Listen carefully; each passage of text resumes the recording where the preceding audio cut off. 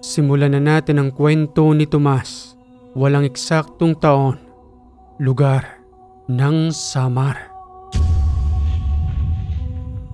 Kakaiba ang kwentong ito dahil itong si Tomas ay may lolong isang hari ng Biringan.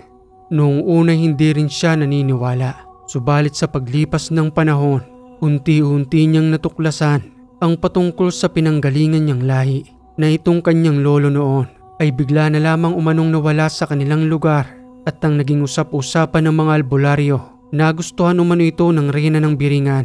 Kaya naman magmula noon, ang usap-usapan ay nanatili sa lugar hanggang sa dumating nga ang araw na itong si Tomas ay binigyan ng misyon ng kanyang lolong hari ng Biringan. Ang misyong yon ay paslangin ng mga aswang na noon ay hindi niya na ipagpatuloy. Kaya para kay Tomas, ang Biringan ay naging portal na lagusan na lamang para sa kanya upang kumonekta sa kanyang lolo para magabayan sa lahat ng gamit espiritual na kanyang kinakailangan. Subaybayan natin ang kwento ni Tomas magmula sa kanyang pagkabata hanggang sa ipagkaloob na sa kanyang misyon. Inay? Inay? Bakit po na naghinip ako kagabi? May matanda pong nagpapakita sa akin at para po siyang isang hari. May korona po siya sa kanyang ulo. Tinatawag niya po ako. Ayaw ko naman pong lumapit kasi natatakot po ako eh. Ano bang itsura anak? Matangkad po siya inay na may kaputian po. Matangos ang ilong pero kulay puti na po ang kanyang buhok. At kapag tinitingnan ko po siya ng lubusan sa kanyang mukha, halos magkahawig po kayo nay. Ay naku kang bata ka. Hindi naman yata totoo yung panaginip mo. Pero isa lang nakikita ko sa panaginip mong yan, ang mukha ng yung lolo. Ano po? Si lolo? Ang lolo Ricardo ko? Pero matagal na siyang nawala anak. At noon pa man hindi na namin siya nakita. Nagtungo lamang siya ron sa kagubatan. At ang sabi niya sa amin noon, may kukunin lang umano siya. Pero magmula ng araw na yun ay hindi na siya muling bumalik. Bata pa ako noon. Kaya itinaguhid na lamang kami ng yung lola noon. Paano hindi po siya nakabalik? Nagtungo lang naman po pala siya sa gubat. Pwede naman po siya umuwi eh. Ay naku anak, Tomas. Hindi mo pa mauunawaan sa ngayon. Pero siguro sa paglaki mo, unti-unti mo ring mauunawaan ang lahat ng sinasabi ko. Makalipas ang 3 linggo, paulit-ulit na pare-parehong panaginip ang nararanasan ni Tomas. Kaya naman paulit-ulit na rin itong sinasabi sa kanyang inay, pati na rin sa kanyang tatay. Hanggang sa magtungo na nga sila sa isang albularyong malapit sa kanilang barangay. Sambit pang wika ng albularyo habang patuloy siyang ginagamot ng mga panahong yon. Alam niyo ho ba ang nangyayari sa anak ninyo ngayon? Isang hari ng Biringan lang naman ang nagpapakita sa inyong anak at ang inuutos niya sa akin.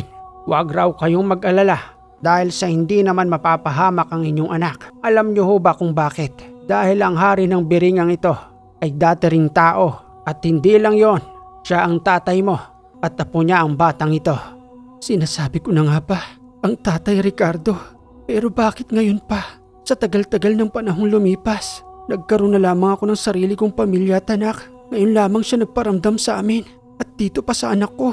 Alam mo naman siguro ang usap-usapan noon pa Rebecca na ang tatay mo ay nag-ahari na sa Biringan. Ipinagpalit niya kayo sa isang reyna ng Biringan. Kaya doon siya naninirahan noon pa. Subalit upang makabawi sa inyo, hindi niya naman kayo pinababayaan. Ginagabayan niya kayo. Ngunit dahil sa nangyayari sa ating lugar at bilang isang albularyong tulad ko'y matanda na, hindi ko na kayang tugisin pa ang mga aswang na nagsipaglipa na sa ating lugar. Kaya nagpapakita sa kanyang panaginip ang kanyang lolo dahil meron siyang misyong gagampanan. Anong misyon ang sinasabi ninyo? Isang misyon upang tuligsain ang mga aswang at sa pamamagitan ng kanyang lolo Ricardo, magtutulungan sila. Lahat ng kanyang kinakailangan espiritual ay ituturo ng hari ng Biringan. Paliban pa doon, pagagandahin niya ang buhay ninyo na hindi niya naibigay sa inyong pamilya noon. Hindi ko na po kailangan ng yaman at hindi na rin namin siya kailangan dito. Matagal na panahon niya na kaming iniwan at nagpakasasa lamang siya sa magandang buhay sa Biringan. Samantalang kami, hirap na hirap si nanay noon sa paghahanap buhay para lamang mabuhay kami. Tapos ngayon, idadamay niya pa ang anak ko sa kanyang misyon. Hindi ako papayag. Ayoko nang bumalik siya rito at ayokong mapahamak ang anak ko. Rebecca, iha, huwag kang mabahala. Hindi naman pababayaan ng kanyang lolo ang batang ito. Pati na rin kayo. may mga nakalaang ginto para sa inyong buhay. At ang lahat ng gintong yon ay ipagkakaloob niya sa anak mo upang hindi siya maghirap sa mundong ito. At syempre pati na rin kayo ay damay roon. Wala ka na rin namang magagawa, Rebecca. Ang misyong ito ay nakatadhana noon pa. At ang pinagdaan ng hirap ng inyong pamilya noon ay isang proseso para sa magandang kinabukasan ninyo ngayon. Maya-maya pa'y umuwi na nga ang mag-ina sa kanilang tahanan. At nang sabihin nga iyon ni Rebecca sa kanyang asawa, hindi rin ito sumangayon. Sambit pang wika ni Badong habang nakasimangot. Anong misyon ang sinasabi ng tatay mo? Namatay ang 2 anak natin sa aksidente. At baka isa pa siya sa may kagagawa noon. Dahil kung ginagabayan niya kayo, dapat hindi nawala ang anak ko. Tapos ngayon, bibigyan niya ng misyon ang nag-iisa na lamang nating anak? Ano bang gusto niya? Ubusin ang mga anak ko at isama sa kanyang kaharian? Hindi naman ganun ang sinabi sa akin ng albularyo. At ang sabi pa nga, bibigyan daw tayo ng sandamakmak na ginto. At yun ang magiging dahilan ng ikababago ng buhay natin. Sa kanya ng ginto niya, tahimik tayong nabubuhay dito. Tapos ngayon, guguluhin niya tayo para sa gusto niyang misyon. At si Tomas pang napili niya. Hihingi ako ng proteksyon sa mga kilala kong albularyo upang hindi siya makalapit sa aking anak. Badong, wala umanong magagawa ang mga albularyo dahil ang misyong mangyayari sa anak mo ay matutupad kahit paanong gawin natin. Ilalayo ko ang anak ko. Ayaw kong maging katulad niya si Tomas na tumakas sa obligasyon upang manirahan sa Biringan. Makalipas ang 1 linggo, lumipat nga ng tahanan ng pamilyang yon. Nagtungo sila sa kabayanan. Subalit ang kanilang paglayo ay wala ring magandang kinatunguhan. Mas lalo pang naging madalas ang pagpapakita ng matandang hari sa Biringan. At hindi lang yon, dahil sa araw-araw na nga itong nagpapakita, isinama na rin ang bata sa kanyang kaharian sa Biringan. Apo Tomas, halika sa may pintuan. Isasama kita sa aking kaharian. Maganda dito, punong-puno ng kapayapaan. Hindi tulad sa mundo ng mga tao. Huwag kang matakot, iho. Hindi ka mapapahamak dahil ako ang iyong lolo. Ang iyong lolo Ricardo, nagagabay sa iyo habang ika'y patuloy na lumalaki. Sige na, ihakbang mo ang iyong mga paa. Naganap ang lahat ng iyon sa isang panaginip ni Tomas. Patuloy nga siyang sumama sa kanyang lolo Ricardo. At pagdating sa may lagusan, sabay silang nagtungo roon at bumungad sa kanya ang isang napakalaking syudad na hindi pangkaraniwan. Lolo Ricardo, ang ganda naman po rito. Wow, napakaliwanag. At ang mga gusali nagsisipaglakihan. Mas malalaki pa po ito sa bayan namin. At ang mga naninirahan po rito, magaganda po ang kanilang postura, matatangkad at mapuputi. Pero may nakikita rin po akong ibang itsura, Lolo. Hindi po ba sila nananakit? Ang mga naninirahan dito sa Biringan ay mabubuti. Kontrolado namin ang kahariang ito. Gusto mo na rin bang manirahan dito? Hindi po, Lolo. Ang sabi po kasi sa akin ni Inay, pati na rin po ni Tatay, wag raw po kong kakain ng kulay itim na pagkain dito. Kasi hindi na raw po kung makakabalik sa bahay namin. Padalas ko po kasing ikinikwento na nagpapakita po kayo sa akin. Kaya yun po ang bili nila. Huwag kang mag-alala po. Tulad ng sinabi sa iyo ng albularyo, may misyon kang dapat gampanan. At hindi ka maninirahan dito sa aming palasyo. Ipinapakita ko lamang sa iyo kung gaano kaganda ang lugar na ito. At sabihin mo sa iyong inay, humihingi ako ng tawad dahil napabayaan ko sila noon. Dito talaga nakatadhana ang buhay ko. Oo't nagkaroon ako ng katawang tao noon. Subalit ang kalahati nito ay tunay na engkanto. Alam iyon ng iyong lola noon pa man. Subalit hindi maunawaan ng iyong nanay magpahanggang sa ngayon. Halika po, pagtungo tayo sa isang mahabang hapagkainang iyon. Pakain tayo ng sabay. Subalit tulad ng sinabi ng iyong nanay, huwag na huwag mong kakainin ng itim na kanin. Dahil hindi yun nararapat para sa iyo. Yun naman ay kung gusto mo pang makabalik sa lupa. Wow, ang dami naman pong pagkain nito, Lolo. Ang daming prutas, may mansanas, pati na rin po ang mga itim na ubas. At ang mga kumikinang na mangga, ang dami ring manok. Bigla po kong nagutom, Lolo. Sige na po't maupo ka na riyan. Kumain tayo at magpakabusog ka dahil sa muli mong pagbabalik sa lupa. Sigurado ko, hinihintay ka na ng iyong mga magulang. Sabay ngang kumain ng maglolo ng mga oras na yon. Gutom na gutom itong si Tomas habang pinagmamasda naman siya ng kanyang lolo. Kapansin-pansin din ng mga nilalang na nakapaligid sa kanila. May mga maaamong muka hanggang sa magpakita sa kanyang reyna ng biringan. Nakangiti ito at tumupo rin sa tabi ng mesa. Sambit pang wika nito kay Tomas habang abala siya sa kanyang pagkain. Maligayang pagpasok sa aming kaharian, Tomas. Welcome na welcome ka rito. Pati na rin ang iyong mga magulang. Ipagpatawad mo kung bakit nanirahan dito ang iyong lolo. Dahil noon pa man, nakatadhana na siyang maging hari rito at maging kaalalay ko upang patakbuhin ang mundo ng biringan. At isa ka rin sa nakalaang misyon, Tomas. Alam kong hindi lubusang mauunawaan ng iyong mga magulang. Subalit ito ang tadhana ninyo. Ibig niyo po bang sabihin ay mananatili rin po ko rito? Hindi, Tomas. Ikaw ang tutugis sa mga aswang sa lupa. Magiging kakaiba ka sa mga taong nanduroon. Kung ang iyong lolo ay isang hari ng biringan, ikaw naman ang maghahari sa lupa upang tugisin ang mga aswang. At hindi lang yon, magkakaroon ka ng kakayanan upang manggamot. Iyon ay sa pamamagitan ng pagtuturo sa iyo ng iyong lolo. At huwag kang mag-alala, Tomas. Nakasuporta sa iyo ang buong biringan para sa iyong misyon. At sa pagtungtong mo ng 17 anyos, magsisimula ka ng manggamot, Tomas. Ano po? Iyang bata-bata ko pa po noon. Paano po kung manggagamot? Huwag mo na munang isipin yon sa ngayon, Tomas. Sige na't ipagpatuloy mo ng iyong pagkain.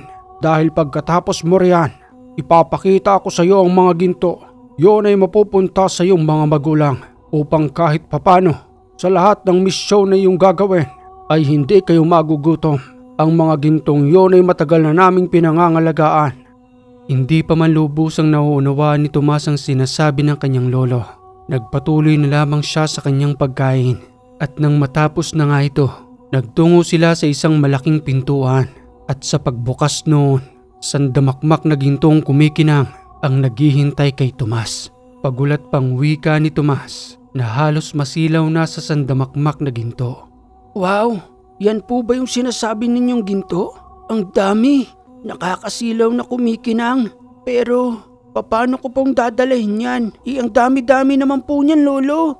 Kami nang bahalang magdala sa inyong pintuan, Tomas. Subalit ang tanong ko na lamang kung tatanggapin ba yan ng iyong nanay. Pati na rin ang iyong itay. Dahil sigurado ko ngayon, galit na naman sila sa akin. Dahil ang pananatili mo rito ng ilang oras ay lumilipas na ng araw sa mundo ng mga tao. Ang weirdo naman, lolo. Pero bahala na po. Babalik na po ba ako sa bahay namin? Parang ayaw ko pa pong umuwi. Ang ganda-ganda po kasi rito at ang liwanag. Hindi po tulad sa bahay namin. Ang dilim-dilim at ang liit ng bahay namin. Maaari ka namang bumalik rito kahit na anumang oras. Tawagin mo lamang ang pangalan ko at may magbubukas na pinto para sa iyo. At yun ay tinatawag na portal. Ang portal ng kaharian ng biringan. Matapos magsalita ng kanyang lolo, bigla siyang nagising na parang nagkaroon lang ng isang malalim na panaginip. Uhaw na uhaw ang bata at nang makita siya ng kanyang inay, dali-dali itong lumapit habang nagsasalita ng, Anak Tomas, akala namin kung ano nang nangyari sa iyo, anak. 2 araw ka nang walang malay at ang inaakala nga namin, hindi ka na muling makakabalik sa amin ng tatay mo. Ano bang nangyari, anak? Nanggaling po ko ng biringan, inay, kay Lolo Ricardo. Ang ganda po pala doon. Napakalayo po sa lugar nating ito. At may mga naglalakihang gusali. Pinapasabi po pala ni Lolo. Patawarin niyo raw po pala siya. At ang sabi pa po niya, huwag daw po kayong mag-alala sa akin. Gagabayan naman daw po niya ako At magbibigay po siya ng maraming ginto. Diyan daw po sa may pintuan natin ilalagay. Ang dami po, inay. Nakakasilaw po na ginto. Sinasabi ko na nga pa, ang lolo mo na naman ang may kagagawa nito. Hindi mo ba alam na hindi na namin alam ang gagawin namin ng tatay mo? Ilang albularyo nang tinawag namin na magtungo rito. Pero ang sabi sa amin, hindi daw sila maaaring makialam. Dahil may nagbabantay siyang malakas na uri ng nilalang na nanggagaling nga umano sa biringan. Inay, pwede pong makahingi ng tubig? Nauuhaw po kasi ako. At nang makainom na nga ng tubig itong si Tomas, dumating naman ang kanyang itay. Pawis na pawis ito na hindi na malaman ang kanyang gagawin. Rebecca? Oh, ayos na ba si Tomas? Ayos na siya, Badong. Wala namang nangyaring masama sa anak mo. Siguro kahit na ano pang iwas ang gawin natin. Totoong sinasabi ng albularyo na ang misyon ni Tomas ay hindi mapipigilan. Sa tingin ko wala na tayong magagawa, Batong. Ang kailangan na lamang natin ay magtiwala sa kanyang lolo. Lecheng buhay naman ito, oo. Nagpakalayo-layo na nga tayo. Kahit ba naman dito, sinusundan niya pa tayo. Kung may kakayanan lang ako na mismong kokontra sa tatay mo. Bakit ang anak ko pa? Marami naman diyang tao. Makalipas ang ilang taon, sa murang edad nga ni Tomas na 17 anyos, nagsimula na itong manggamot dahil sa araw-araw na siya noong binibisita ng kanyang lolo. Tinuturuan ng mga tamang panggagamot gamit ang kanyang kaalaman na nanggaling sa biringan at ang itim na libreta na patuloy na daladala nitong si Tomas ay araw-araw niyang inaaral hanggang sa lubusan niya itong matutunan. Subalit kinukutya siya ng kanyang mga kababata dahil umano itong si Tomas ay nasisiraan na ng ulo. Ayun na naman si Tomas, manggagamot ko no. Bata-bata pa, paano manggagamot yan? Alam mo naman kapag baliw, piling mo marunong manggamot. Magkakababata lang naman tayo Sipunin pa nga yan noon, di ba? Tapos ngayon, maggagamot. Tama ka ron. Ewan ko ba dyan kay Tomas? Bigla na lang nagbago. Pati na rin yung kanyang mga kasuotan. May mga nakasabit pa sa kanyang leg. Wala na sa hulog itong si Tomas. Kaya lumayo na lang tayo sa kanya. Kaysa naman mahawaan tayo ng kanyang pagkabaliw. Hanggang sa dumating ang isang araw, ang dalawang kababatang yun ni Tomas ay ginambala ng dalawang engkanto. Tao po, magandang araw po sa inyo. Nandiyan po ba si Tomas? Ipapagamot ko lamang po itong kababata niya. Susubok lamang po kami kung gagaling sila. Dahil sa hindi na ho namin makausap ang dalawang ito, parang sila yung nababaliw, hindi si Tomas. Kasi kahit ang kanilang katawan ay patuloy na nilang sinasaktan. Ewan ko ho ba kung bakit. Alihot, pumasok ko kayo, Mang Tuds. Maupo ho muna kayo riyan. Kumakain lang po pang samantala itong si Tomas. Bakit po parang tinanghali na kayo? Pasensya ka na, Rebecca. Nahirapan din kasi kami na dalhin dito yan. Nagwawala sa daan. Pati kami sinasaktan. Sandali lang ho ha. Tomas, pagkatapos mong kumain riyan, nandito yung dalawang kababata mo. Ipapagamot ni Mang Tuds. Matapos na ngang makakain ni Tomas, dali-dali na rin itong nagtungo roon. At sa unang pagtingin pa lamang nito, kitang-kita niya nang nanlilisik ang mga mata. Galit na galit kay Tomas habang nagwiwika sa kanyang harapan. Ang matanda sa iyong likuran, nakakasilaw ang kanyang liwanag. Lumayo ka sa akin, bata. Lumayo ka sa akin. Hindi ko kailangan ng tulong mo. Akin ang katawang ito. Bakit ka naman po natatakot sa akin? Wala pa nga akong ginagawa sa iyo nakikita mo yung gabay ko. Lolo ko yan. Hari ng biringan. Kaya sigurado kong kilala ka niya. Ikaw ba? Kilala mo ba ang lolo ko? Ayaw ko sa lolo mo. Kami ang engkantong hindi pinag-aharian. Malaya kami kung anumang gusto naming gawin. Kaya wag ninyo kaming pakialaman. Hindi naman yata po pwede yun. Tao nang pinakikialaman ninyo. Maaari naman kayong kung saan-saan magtungo. Pero wag nyo lang pakikialaman ng mga tao rito. Lalong-lalo na yung dalawang kababata ko. Kahit na patuloy nila akong iniiwasan. Dahil alam ko naman na hindi nila ako naunawaan sa ngayon. Kaya kung ako sa'yo itim na engkanto, umalis ka na riyan. Dahil kapag nagalit ako, sigurado kong may paglalagyan ka. Nagmatigas ang dalawang itim na engkanto. Hanggang sa mapilitan nitong si Tomas na pasakitan niyon. Gamit ang kanyang nalalaman. Habang ang kanyang lolo ay nasa kanyang likuran. Patuloy na bumubulong. Kung ano pa ang mga nararapat niyang gawin. Nakikita iyon ng itim na engkanto. Dahil sa mundo ng espiritual, nakikita rin nila ang nasa kabilang mundo na hindi nakikita ng mga normal na tao. Napakainit. Itigil mo na yung ginagawa mo. Kay bata-bata mo pa, ang dami mo nang nalalaman. Diba sinabi ko naman sa'yo, tigilan nyo na ang dalawang ito. At kahit na bata pa ang kaharap ninyo, pero yung nalalaman ko, hindi ko may tatago kapag ginawa ko na sa inyong harapan. Lubusan ko kayong pasasakitan hanggat hindi nyo kinakalas ang nilagay nyo sa dalawang ito. At kahit na ano pang pagpupumiglas ninyo riyan, hindi kayo makakawala sa nagliliwanag na kadena, pati na rin sa aking mga pamako. Hanggang sa lubusang manghinang dalawang itim na engkanto. Lambot na lambot ang dalawang yon na para bang lantang gulay. Sambit pang wika ng saroon habang nakayuko na halos maubusan na ng lakas. Kakalasin ko na ang lahat ng nilagay ko sa lalaking ito. Ginawa lang naman namin iyon dahil tinirador nila ang alaga naming ibon. Nananahimik ang mga ibong yon. Subalit anong ginawa nila? Pinaglaruan nilang dalawa gamit ang kanilang tirador. At yun ang ikinagagalit namin. Kaya gusto naming kunin ang kanilang katawan upang ang espiritu na namin ang mag-aahari rito. Ako na mismo humingi ng tawad sa inyo dahil walang alam ang dalawang ito. Siguro ang akala lang nila ay normal na ibon lang yon dahil sa wala naman silang kakayanan na tulad ko. Sige na't ipagpatuloy nyo ng pagkalas ng lahat ng inilagay nyo riyan at pakakawalan ko na rin kayong dalawa. Matapos ngang kalasin ng dalawang engkanto ang kanilang inilagay, kagad din naman yung pinakawalan ni Tomas gamit ang kanyang pagtapik sa balikat.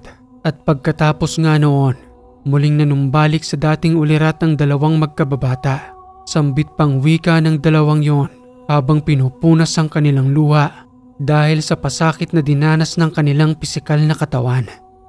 Ano pong ginagawa namin dito? Tomas? Bakit nandito ka sa harapan namin? At bakit may luha ko sa aking muka? Ang inyong lolo nang bahalang magpaliwanag sa inyo dahil siya naman ang nakakita sa nangyari. Anong nangyari? Kayong dalawang bata kayo. Huwag niyo ang tinitirador yung mga ibon doon sa likuran ng tahanan. Ayan tuloy ang nangyari sa inyo. Abay kamunti ka na kayong mawala sa inyong sarili. Mabuti na lamang at tinulungan tayo ni Tomas. Dahil kung hindi, sigurado kung wala na kayong dalawa. At ang naghahari na sa inyong katawan ay yung itim na engkanto. Naengkanto po kami?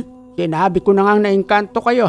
Kaya nandito kayo ngayon sa bahay ni Tomas. Magpasalamat kayong dalawa sa kabila ng ginagawa ninyo kay Tomas ginamot pa rin kayo. Wala mang kaalam-alam sa nangyari sa kanilang dalawa. Patuloy na nagpasalamat ang magkababata kay Tomas hanggang sa maya-maya pa'y umalis na ngayon. Makalipas ang 4 na araw, naimbitahan itong si Tomas sa isang simbahan at sa kanyang murang edad, isang pari ang nakikiusap sa kanya na gamutin ng isang taong nangdudoon sa loob ng simbahan. Walang magawa ang pari kahit na paulit-ulit niya na itong basahan ng banal na aklat at tutukan ng malaking cross sa mukha ang pasyente. Hindi pa rin ito gumagaling na mas lalo pang naguhurmintado ang lalaki. At sa pagdating nga roon ni Tomas, bigla itong nanahimik habang nakakunot ang noo na nakatitig sa mukha ni Tomas. Magandang araw po, Father. Pasensya na po kung medyo nahuli ako sa pagdating. May ginawa pa po kasi ako sa bahay Abay ayos lang yung Tomas. Dali-dali kitang pinatawag dahil ang taong ito, abay kanina lang sa pagpasok niya rito sa loob ng simbahan. Bigla na lamang nagurumintado tapos nanlilisik ang mga mata. Kaya ayun yung mga nagsipagsimba rito ay nagsipagtakbuhan na dahil sa takot sa kanya. Sa dami ng taong umaawat sa kanya ay ang lakas-lakas pa rin. Kanina ko pang sinusubukang basahan ng banal na aklat pero wala pa rin nagbabago. Ano ba sa tingin mo, Tomas, ang nangyayari sa taong yan? Sinasapian ba siya o kinakailangang dalahin sa mental hospital? Sa pagtingin ko pa lang po sa mga mata niya, Father, hindi po siya sinasapian at hindi rin po siya kinakailangang dalahin sa mental hospital. Napapansin niyo naman po siguro ang kanyang bibig. Patuloy po siyang naglalaway at nag-aangil. Pero ang tanong ko lang sa kanya, bakit nagtungo siya sa loob ng simbahan? Sa kabila ng kanyang sitwasyon hindi po siya pangkaraniwan. Isa po siyang may lahi ng aswang. Aswang ba ikanyo? Abay delikado pala ang isang ito. Mabuti na lamang at wala siyang nakagat. Kaya pala kanina pang siging sunggap dito. Pero parang nasisilaw siya sa loob ng simbahan. Ako na pong bahala, Father. Paupuin niyo po muna rito ang lalaking yan. At panuorin niyo na lang po ang gagawin ko. Gamit ang nagliliwanag ni spiritual na panalin ni Tomas, gayon din ang kanyang mga pamako. Hindi makagalaw ang nilalang na yon. At nang tanungin niya na nga ito, kung ano ba ang kanyang kailangan sa loob ng simbahan, sambit pang wika ng nilalang habang patuloy na nanlilisik ang mga mata. Hindi ako mananakit. Nandito ako dahil gusto kong magbago. Ayaw ko na sa ganitong uri ng pamamaraan. Subalit sa tuwing nagtutungo ako sa loob ng simbahang ito, nagbabago ang aking ugali at hindi ko makontrol. Dahil sa batong nasa loob ng aking katawan, napilit na nag-uutos na pumaslang ako ng tao. Tulungan mo ako, Tomas. Subalit wag mo akong papaslangin. Ngayon ay nauunawaan ko na, Leo. Aaminin ko sa'yo. Hindi ka magbabago kahit na paulit-ulit kang pumasok sa loob ng simbahang ito. Alam mo ba kung bakit? Dahil yung bertud sa loob ng katawan mo ay hindi malulusaw kahit na paulit-ulit ka pang magsimba. Kinakailangan nating tanggalin yan. At sa mga pamamaraang gagawin ko, kinakailangan mong tiisin. Makakaramdam ka ng matinding sakit hanggang sa lubusan mong mailuwalang bertud sa loob ng iyong katawan. Siya nga pala, bago ko gawin yon, Pati ba ang mga magulang mo ay nasa lahi rin ng mga aswang? O isa ka lamang sa mga niyanggaw ng mga aswang na nagsipaglipana rito? Wala kami sa lahi ng mga aswang. Hindi aswang ang mga magulang ko. Nagsimula ang lahat ng ito dahil sa aking nobya. May ipinakain siya sa akin noon at hindi ko naman alam na yun na pala ang pamamaraan ng kanyang pangyayanggaw. Ang akala ko, isa lamang siyang normal na babae. Subalit dumating ang isang araw. Nakita ko na lamang siya nang abutin kami ng dilim sa isang lugar. At doon ay biglang nagbago ang kanyang anyo. Magmula noon, inamin niya sa akin na isa siyang aswang at magiging katulad niya na ako. Kung hindi ako nagkakamali, Leo, alam mo ba kung saan nagkukutang naging nobya mo? Dahil sigurado ako marami sila. Pati na rin ang kanyang mga pamilya ay damay dito. Maaari ka bang makipagtulungan sa akin, Leo? Tutulungan kita, Tomas. Dahil ayoko nang may mangyaring tulad ng sa akin. Nagmahal lamang naman ako. Subalit sa maling tao pa. Nakapunta na ako sa kanilang tahanan. Wala silang ipinakitang masama sa akin. Yun pala, plano nilang maging katulad nila ako upang madagdagan ang kanilang lahi. Salamat, Leo. Sige't gagamutin na kita. Tiisin mo lang ang lahat ng mararamdaman mo. Magbibigkas ako ng mga usal. Pakiramdaman mong mabuti ang iyong katawan. At kapag naramdaman mong maduduwal ka, huwag mong pigilan, Leo. Kinakailangan mong mailabas ang bertud sa loob ng iyong katawan. Sige, Tomas. Titisin ko ang lahat ng yan. Muli lamang akong manumbalik sa dati. Patuloy na nag-usal si Tomas. Ikinarga yun mula sa ulo ni Leo. At nang maramdaman na nga yun ng kanyang pasyente, nagsisigaw ito sa loob ng simbahan hanggang sa tuluyang maduwal ng paulit-ulit. Tomas, hindi ko yata kakayaning may luwal ito. Parang sasama ang lamang loob ko at ang aking buong katawan ay may lumalabas na usok dahil sa mga usal na ikinarga mo. Tiisin mo lang, Leo. Kunting tiis pa. Muli ka nang manunumbalik sa dati. Magkakarga pa uli ako ng mga usal. Hanggang sa paulit-ulit na pagtsatsaga ni Tomas, nailuwal din ni Leo ang bertud ng aswang. Subalit napahinto ito nang makaramdam ng matinding pagod at sobrang pagpapawis ng kanyang buong katawan. Ako nang bahala sa bertud na ito, Leo. Wag ka na muling magtitiwala, ha. Ituturo ko sa iyo kung paano mong malalaman kung aswang ang iyong kaharap. Titigan mo sila sa kanilang mga mata. Kapag nakita mong nakabaliktad ang imahe mo roon, ibig sabihin lang nun, aswang ang kaharap mo. Matapos ang panggagamot na ginawa kay Leo, labis-labis naman ang pasasalamat nito kay Tomas na muli na siyang nanumbalik sa dati. Wika pa ng pari bago sila lubusang maghiwa-hiwalay doon mismo sa loob ng simbahan. Maraming salamat sa iyo, Tomas. Ngayon ay naniniwala na ako sa mga albularyo. Napakagaling. Samantalang kanina paulit-ulit na akong nagdarasal, wala pa rin nangyayari. At ikaw naman, Leo, mag-iingat ka, ha. Mabuti na lamang at tiyanggaw lang ang ginawa sa iyo ng nobya mo at hindi ka nila ginawang pagkain. Dahil kung nagkataon, siguradong hindi ka na makakarating sa simbahang ito. Marami pong salamat, Father. Lalong-lalo na sa iyo, Tomas. May mukha na uli akong ihaharap sa aking mga magulang. Dahil magmula noon, lumayas na ako sa amin. Ayoko kasi maging pabigat doon at makita nila akong ganoon. Walang anuman yun, Leo. Basta ang lahat ng mga pamilya na sinabi ko sa iyo, iyon yung gawin mo. Para hindi ka na muling maguyo ng mga babae riyan. Tama ang sinabi ni Father, mabuti na lamang at tiyanggaw lang inabot mo at hindi ka nila ginawang hapunan. O paano ba yan? Father, alis na po ako. Leo, sige na't mag-iingat ka. Subalit bago pa man maghiwa-hiwalay, panandali ang umiram ng papel at ballpen nitong si Leo. Binigyan naman iyon ng pari. Dahan-dahan itong may sinulat roon at nang iabot nga yun kay Tomas. Sa kanyang pagbuklat, nakalagay roon ang lugar kung saan naninirahan ang kanyang dating nobya. Pati na rin ang mga kamag-anak nito na nasa lahi rin ng mga aswang. Tugong wika pa ni Tomas matapos niya yung mabasa. Sigurado ka na ba rito, Leo? Oo, Tomas. Sigurado na ako dyan. At kapag magtutungo ka na sa lugar na yan, maaari kitang samahan. Pero hindi na ako magtutungo sa sityo. Ayokong makita ang lahi nila. Kinamumuhian ko ang nobya ko dahil sa ginawa niya sa akin. Alam kong nararamdaman mo. Sige, salamat sa impormasyong ito. Siguro kahit hindi mo na ako samahan, ayaw ko rin may mangyaring masama sa iyo.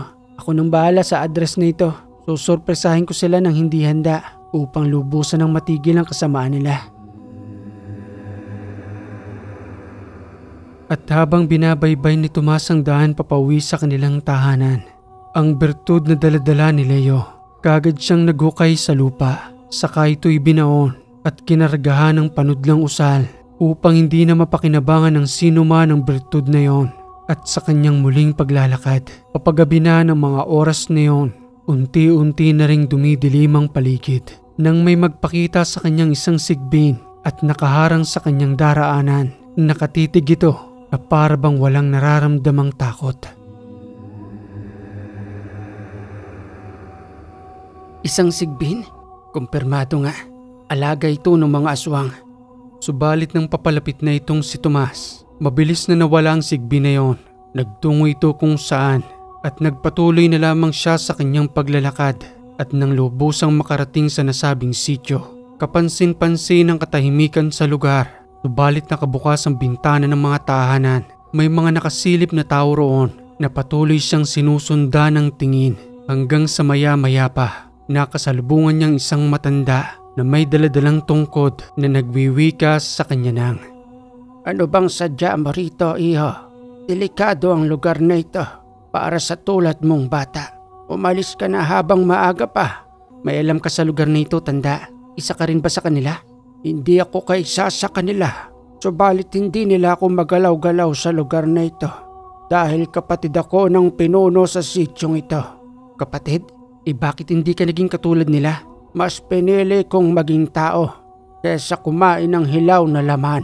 At kahit na anumang pilit nilang pangyayanggaw sa akin, hindi nila ako makuha-kuha.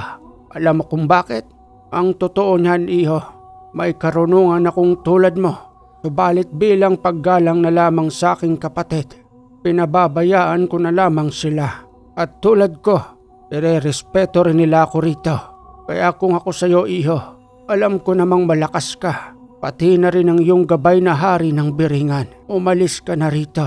Dahil sa ang lahat ng naninirahan sa sityong ito ay nasa lahi ng mga aswang." "Pasensya na ho kayo. Pero yun ho talaga ang sinadya ko rito.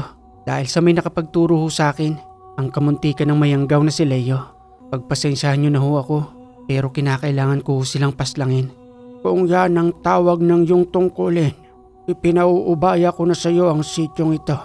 Matagal na panahon din akong nanahimik at hindi sila pinakialaman sa kanilang pagwawalang hiya. Ikaw na rin ang bahala sa aking kapatid. At kung ano man ang nais mo, palayain mo ng sityong ito sa kawalang hiyaan ng mga yan." "Maaari rin ho kayo makipagtulungan sa akin. Yun ay kung gugustuhin nyo lang. Pero kung hindi kaya ng sikmura ninyo, napaslangin ang sarili ninyong kamag-anak, wala na ho kung magagawa ron. Ako na lamang hong bahala sa kanila." Napilitang makipagtulungan ng matanda. Nagpatuloy si Tomas sa kanyang paglalakad at nang makarating sa isang lugar na napapaligiran ng tahanan, napahinto itong si Tomas, gayon din ang matanda. Dahil sa may isang matipunong lalaki ang nakatitig ng masama sa kanila na may 3 kwintas na bungo na nandoon sa kanyang dibdib habang nagwiwika ng, "Kuya, ano yung dinala mo? Isa bang pagkain o isang malas sa ating sityo?" "Pagpasensyaan mo na ako, Hernan. Sa tingin ko ito na ang oras ng inyong paglikas rito. Hindi pangkaraniwan ng batang ito. Sa palagay ko, ito na ang matagal kong inihintay. Ang pagkaubos ninyo sa pamamagitan ng binatilyong ito." Kuya Saro, ipinagdarasal mo ang pagkaubos namin at tanimoy natutuwa ka pa. Kapatid mo ko, bakit mo sinama rito ang batang yan? May gabay siyang isang malakas na hari ng Biringan. "Ipagpaumanhin mo, Hernan. Pinakiusapan ko naman siya. Subalit wala na talaga. Dahil alam niya kung sino-sino mga naninirahan dito at kung anong uri ng lahi." "Mang Saro, sigurado ka ho bang kapatid niyo yan? Bakit matipuno pa rin siya at parang hindi tumatanda?" "Yun ay dahil sa bertud sa kanyang katawan.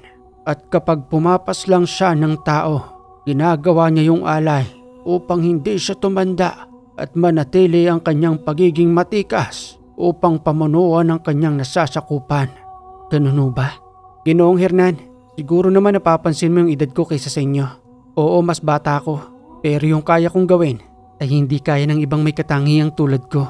Nalaman ko kasi sa sityong ito na patuloy ng pagdami ninyo dahil sa pangyayanggaw. at ang mga tahanang nakapaligid sa atin.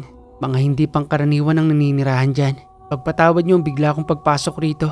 Ayoko lamang kasing marami pa kayong mabiktima. Bibigyan ko kayo ng pagkakataon. Magsipaglikas na kayo sa sityong ito at magtungo sa malayong lugar na wala kayong magagambalang tao. Bilang paggalang ko na lamang kay Mang Saro. Parang kami pa ang may utang na loob sa'yo. Hindi maaari ang kagustuhan mong yan. Hindi namin maaaring iwan ang aming tahanan. Dito ako namumuno at ako ang nag-ahari rito. Malakas ang loob mo, bata. Sa dami naming naninirahan dito, nag-iisa ka lang. Hindi ako nag-iisa. Kasama kong gabay kong lolo. At kung ayaw niyo umalis rito, mapipilitan akong pati kayo sunugin kasama ng inyong mga tahanan. Dahil sa galit ng nilalang na yon, kagad itong sumugod kay Tomas. Kakaiba ang kanyang lakas. Bahagyang napatilapo nitong si Tomas dahil sa biglaang pagsugod at sa kanyang dahan-dahang pagtayo. Nawala ang nilalang sa kanyang harapan hanggang sa marinig niyang pagsigaw ng mga kasamahan nito na nagsisipagtalunan sa kanilang mga bintana. Subalit gamit ang abilidad nitong si Tomas, pumuto lamang ito ng isang patpat, kinargahan ng iba't ibang uri ng mga usal at ang lumalapit sa kanya roon ay isa-isang hinahagupit at ang bawat tinatamaan ay animoy hinahagisan ng asido na unti-unting umuusok ang buong katawan hanggang sa mawalan ng malay na parabang dahan-dahang nasusunog dahil lamang sa isang patpat na kinargahan ng usal. Nandito ako sa iyong likuran, iho. Makikipagtulungan ako. Ipagpatuloy mo lamang yung ginagawa mo. Magaling. Ginagabayan ka nga ng isang hari ng Biringan. Patuloy rin sa pagpaslang si Mang Saro gamit ang kanyang sariling abilidad at habang unti-unting nababawasan ang puwersa nila Hernan, mas lalong nanggalaiti sa galit ang pinuno dahil pati ang kanyang kapatid ay nakipagtulungan na sa pagpaslang sa kanyang mga kalahi. Sambit pang wika nito habang patuloy lamang silang pinanunod. Saro, bakit pati ikaw ay nakikialam? Huwag mong paslangin ang aking kalahi. Hindi mo sila kalaban. Hernan, matagal na akong nagtitimpi sa inyong lahat at hindi ko na kayang masama ninyong ginagawa. Ito na ang pagkakataon upang ipakita sa inyo na lahat ng kasamaang ginagawa ninyo ay may kabayaran at ang pagbawi namin sa buhay ng iyong mga kasamahan ay ang kabayaran sa lahat ng inyong mga pinaslang. Nagpatuloy ang labanang yon at ang bawat sumusugod sa dalawa ay walang alinlangan nilang pinapaslang hanggang sa sumigaw ang pinuno. Pinapalikas ng ibang nanduroon, lalong-lalo na ang mga kabataan, kanya-kanyang nagsipagpulasan hanggang sa ang nanduro na lamang ay si Hernan. Muli pang wika nito na may kasamang pagbabanta. Makikita muli tayo, bata. At ikaw, Kuya Saro, ipinagkalulo mo ko. Pagbabayaran mo ang lahat ng ito. At nangakmang susugurin na iyon ni Tomas, pinigilan na siya ng matandang si Saro. Pinabayaan na lamang nila itong makalayo. Wika pa ng matanda. Pabayaan na natin siyang makalayo, iho. Siguro naman ay magtatanda ng mga yon. Marami-rami rin tayong nakaltas sa kanila. Ano bang yung plano sa bangkay ng mga ito? Marami yung salamat sa pagtulong ninyo, Mang Saro. Susunugin ko ang katawan ng mga ito, kabilang na ang kanilang mga tahanan, para hindi na ho mapakinabangan ang bertud sa kanilang katawan.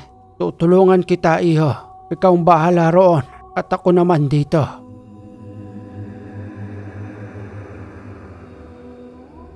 Patuloy nga nilang sinunog ang mga tahanan, gayon din ang mga bangkay at pagkatapos nga nila roon, sumama kay Tomas ang matandang si Mang Saro. Subalit sa pagdating sa pakros na daan, nagpaalam na rin ito kay Tomas upang maglakbay kung saan man siya dadalhin ng kanyang mga paa. Sigurado ho ba kayo, Mang Saro, na hanggang dito lang po kayo? Maaari po kayong manirahan sa aming tahanan. Yun po ay kung gugustuhin lamang ninyo.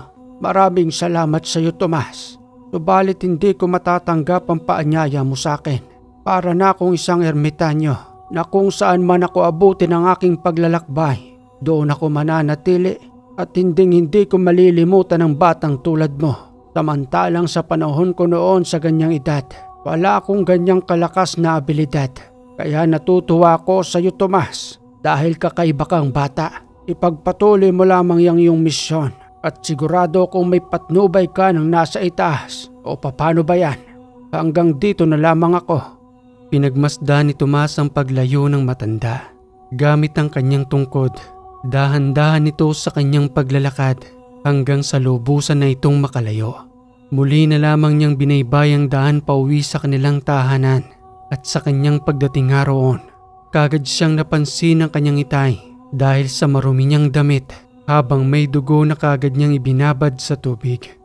Tomas, anak, bakit namumulang tubig na yan at napakasangsang ng amoy? Wala po yun, itay. Saglit lang at magbibihis lang ako. Tomas, wag kang tumalikod sa akin. Sabihin mo ang totoo. Dugo yan, di ba? Paano nagkaroon dyan sa damit mo? Itay, baka hindi ho kayo maniwala sa akin kapag sinabi ko sa inyo. Ano bang ginagawa mo, anak? Pumatay ka ng tao? Dahil ba yan sa gabay mo?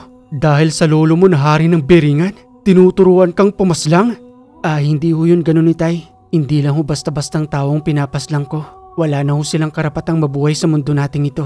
Dahil mas marami pa ho mapipinsala. Tulad ho ni Leo, nakamuntikan na ho nilang mayanggaw. At hindi ho masama ang ginagawa ko, itay.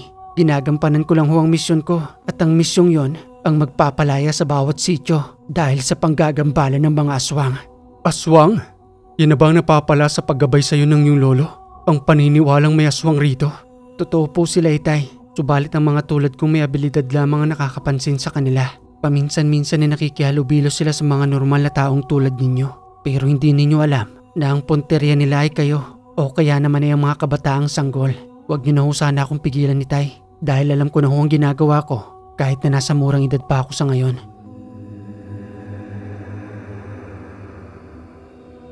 Makalipas ang ilang taon, lubusan na ngang nagbinata itong si Tomas. At sa pagtungtong niya ng 24 anyos, mas lalong tumindi ang kanyang mga obligasyon. Dumami ang nagsipagdating ang mga pasyente sa kanilang tahanan at sa kanyang patuloy na panggagamot. Hindi pa rin siya pinababayaan ng kanyang gabay hanggang sa makaharap niya ang isang barangan na patuloy na pinasasakitan ng isang babae dahil sa matinding selos patungkol sa asawa nito. Hindi ako nagkakamali. Isa kang barangan. Tama ba ako ron? May angking lakas ka rin. Kamuntikan pa kitang hindi mahuli dahil sa lakas ng poder mo. Subalit hindi ka makakatakas sa akin. Bakit mo naman pinasasakitan ng babaeng ito? Anong kasalanan niya sa'yo? Kabit siya ng asawa ko.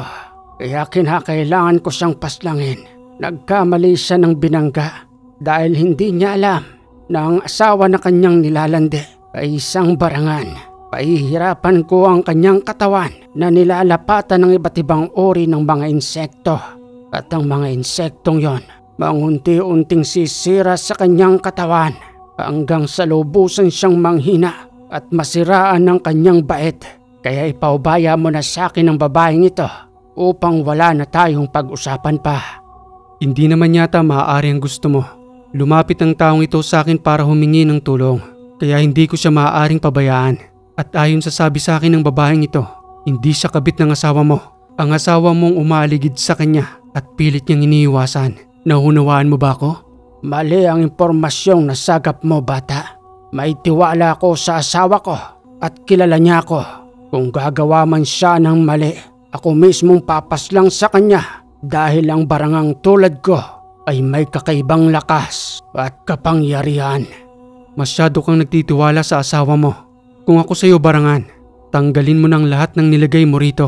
Dahil kapag nagalit ako, yang ipinagyayabang mo sa aking kapangyarihan ay kayang-kaya kong lusawin. Dahil kahit ako mismo ay alam ko ang kaparaanan yan.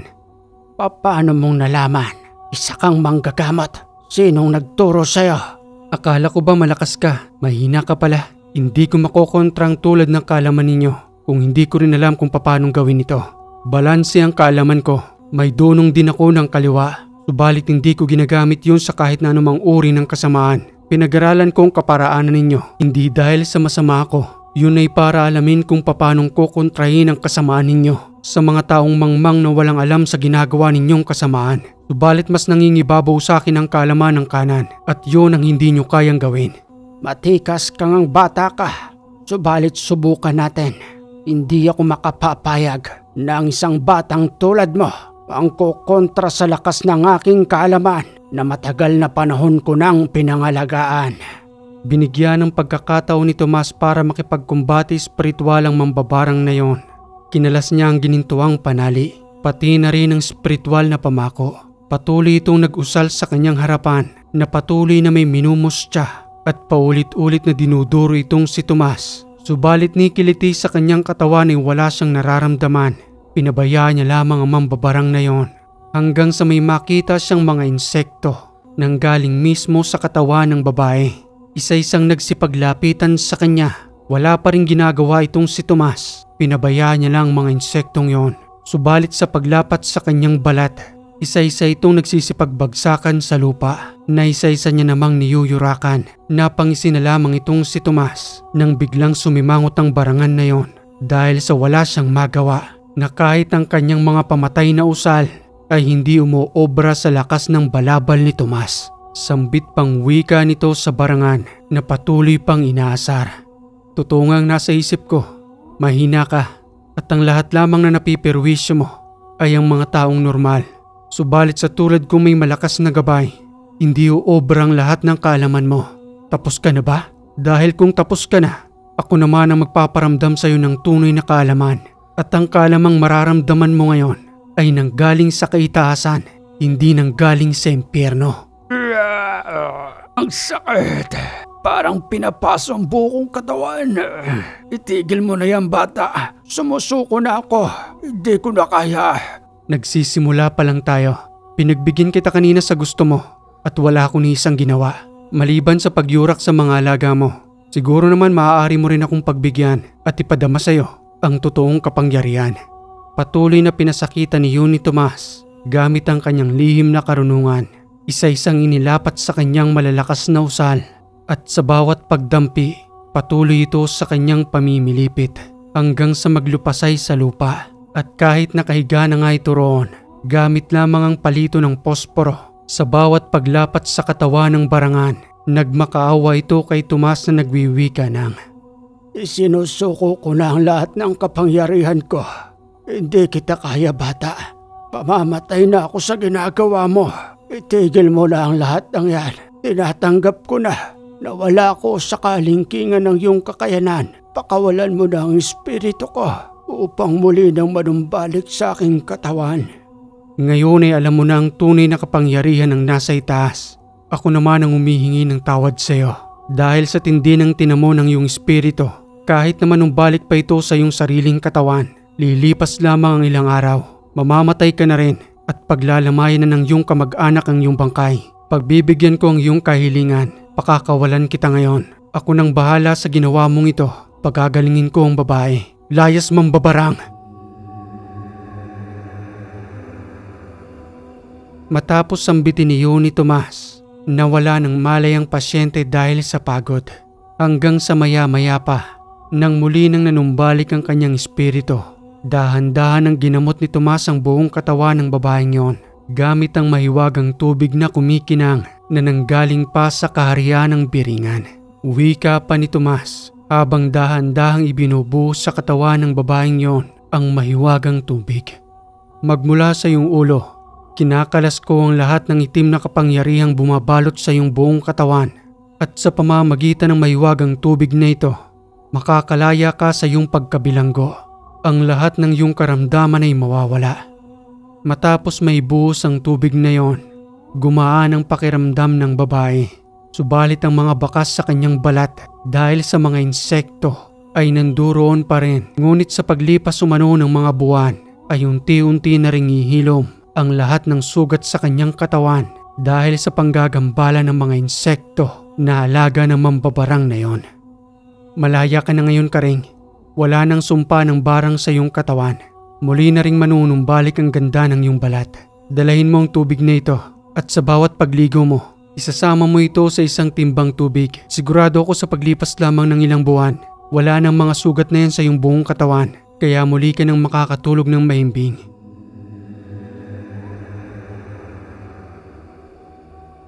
Sa paglipas ng ilang buwan, ayon sa bali-balita sa kanilang barangay, may aswang umanong umaatake sa mga alaga nilang manok, pati na rin sa kanilang mga alagang kambing. Kaya naman sa ilang taong pananahimik ni Tomas, muli na naman niyang naramdaman ang presensya ng mga aswang na unti-unti na muling nagpaparamdam sa kanilang sityo. Tomas? Tomas? O magandang hapon ho, Mang Daon. Ano ho ba ang atin? Magpapagamot ho ba kayo? Hindi ako magpapagamot. Kinakailangan kong tulong mo. Abay yung mga alaga kong manok roon, unti-unting nauubos. Pati na rin yung mga kambing kong alaga. Abay napapansin ko, Tomas, hindi pangkaraniwan ang ingay ng mga manok ko sa gabi. Pati na rin yung mga kambing patuloy sa pagsigaw na para bang may kinakatakutan. Paano hong may kinakatakutan, Mang Daon? Noong nakaraang gabi kasi, ako na mismo nagmatsyag sa paligid ng aking mga alaga.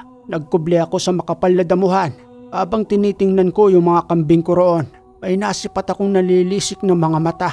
Ang bibilis nila kapag naririnig ko pa lamang na umiiyak ng mga kambing. Abay isa-isang nawawala. Parang mabibilis na aninong kumukuha sa mga alaga ko. Sa katunayan ni ilan na nga lang ang natitira. At sa kinabukasan ng sunsunin ko kung saan nagtungo ang mga yon, nakita ko na lamang ang kalat ng dugo ng mga alaga kong kambing. Pati na rin yung mga ulo. Abay kung saan-saan lang itinapon. Hindi naman siguro tao yung mga yon. Kasi kinain nila yung mga laman ng kambing ko. Nakakabahala nga ang nangyari. Nang sabihin ko kay Kapitan, dito naman ako itinuro sa'yo. Wala rin daw kasi silang magagawa. Natatakot din si Kapitan sa nangyari. Alam ko na ho ang may gawa niyan, Mang Daon. Subalit tingnan pa rin ho natin ang lugar. Pati na rin ho mga bakas roon sa mga alaga ninyo. Maaari niyo ho ba akong samahan ngayon?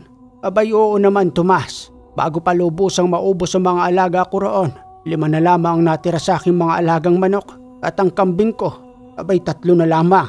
Sana'y masolusyon na natin. Ang laki na ng lugi ko dahil sa hindi ko malamang uri ng nilalang na perwisyo ang mga yon. Sa oras ding yun ay sinamahan ni Mang Daon itong si Tomas. At sa pagdating nga sa nasabing lugar, kitang-kita ni Tomas ang mga bakas ng paa. May mga matatalim na kuko at ang nasabing nagkalat na ulo ng kambing na kung saan-saan lang itinapon. Bakas ang matatalim na pangil. Muling nagwika si Tomas patungkol sa kanyang natunghayan. Mang Daon, kumpirmado ho, mga aswang ang umatake sa mga alaga ninyo. Nagsipagkalat na naman sila para manggambala sa bawat sityo. Nakakapangilabot naman yung sinasabi mo, Tomas. Sa bagay, tugmang-tugma sa mga nakita ko, ang mga nanlilisik nilang mga mata at ang mabibilis na pagkilos na halos hindi na masubaybayan ng aking paningin. E ano bang dapat nating gagawin kung ang mga alaga kung ang hayop ay nakaya nilang paslangin? Paano pa kaya ang mga kabataan sa ating sityo? Kung maaari lang huwag magtungo kayo kila Kapitan at sabihin nyo ang pinapaabot ko na kinakailangan ho nating pag-ingatan ng mga tao rito. Bigyan ho sila ng babala, lalo na kapag sumasapit na ang dilim. Sige Tomas, maaasahan mo. Ano namang plano mong gagawin ngayon? Ako na hong bahala, Mang Daon. May mga gagawin lang ho akong ritual para malaman kung saan sila nagtatago ngayon.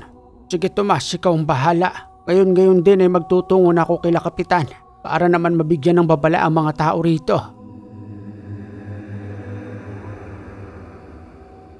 Naghiwalay na nga ang dalawa sa kanilang pag-uwi at sa pagdating ni Tomas sa kanilang tahanan, dala-dala nito ang isang bungo ng kambing. Nagtungo siya sa may malaking puno kung saan ay may kaibigan siyang kapre. Tinawag niya ito at kagad na pinakiusapan patungkol sa kanyang daladalang bungo ng kambing. Sambit pang wika nito habang nakaupo sa may gilid ng malaking puno ang isang malaking nilalang na may tabako sa kanyang bibig. Anong kailangan mo, kaibigan? Bakit daladala mo ang isang masangsang na bagay na yan? Pasensya ka na kaibigan kung naabala kita. Ihingi ako ng tulong sa'yo. Si Lolo Ricardo kasi sa ngayon abala sa kaharian ng Beringan. Ayaw ko rin namang magambala siya sa ngayon. Kaya sa'yo na ako lumapit. Maaari mo ba akong matulungan? Gusto ko sanang alamin mo kung nasaan ang may gawa nito. Napakabaho ng amoy, kaibigan.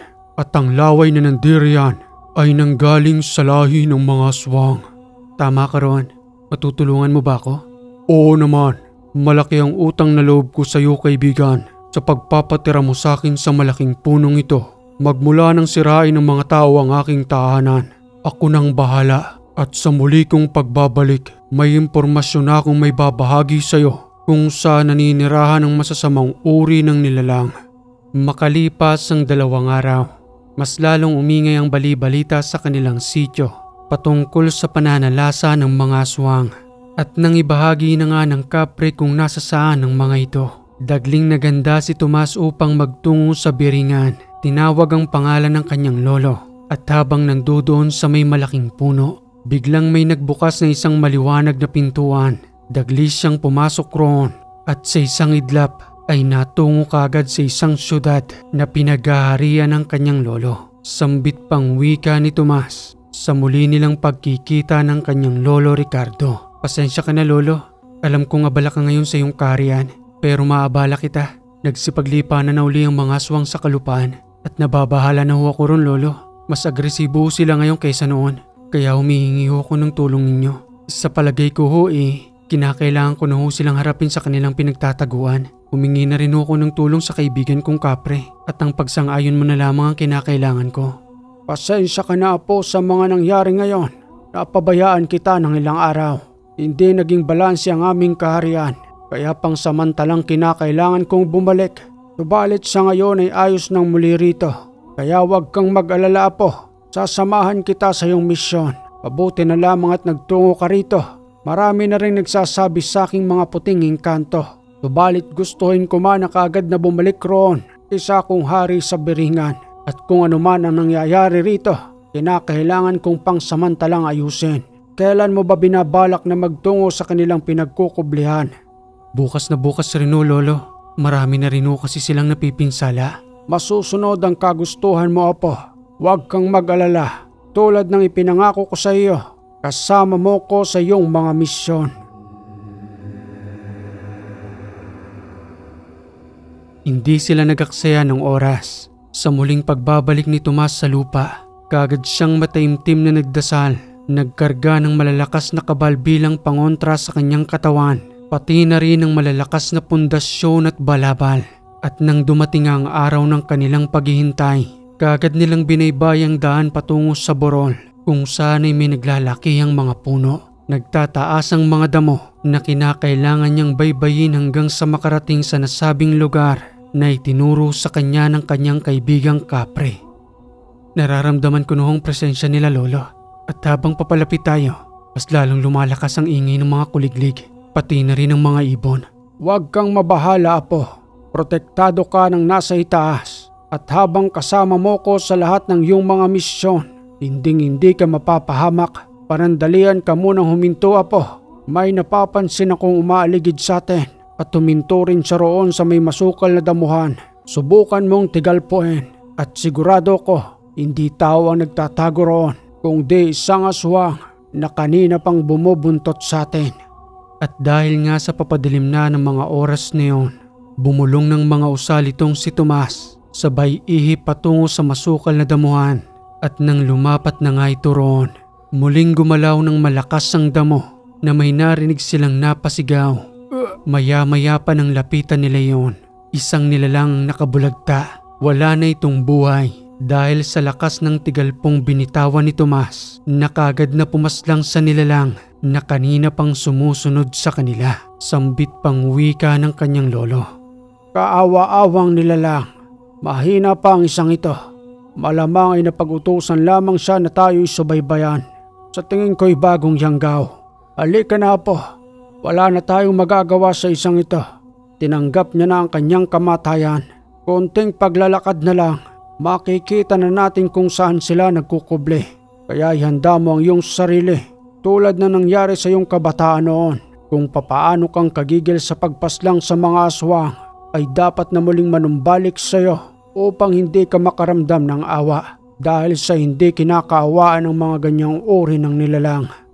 Hanggang sa lubusan nga silang makarating sa nasabing lugar, may mga tahanang animoy pugad nandoon sa itaas ng puno. At nang makaramdam na nga ang mga nilalang sa pagdating ni Tomas, isa-isang nagsipagbaba na animoy malalaking ibon na nanggaling sa pugad. At nang magtungo na nga ito sa kanyang harapan, sa muli nilang pagkikita, hindi na yun ikinagulat ni Tomas na ang nasa kanyang harapan ay ang pinunong si Hernan na kapatid ng matandang Saro na tumulong sa kanya noon upang paslangin ang ibang mga kasamahan nito. Sambit pang wika ng pinunong aswang habang nag-aangil at nanggagalaiti sa galit. Tandang-tanda ko pa ang ginawa mo sa amin noon.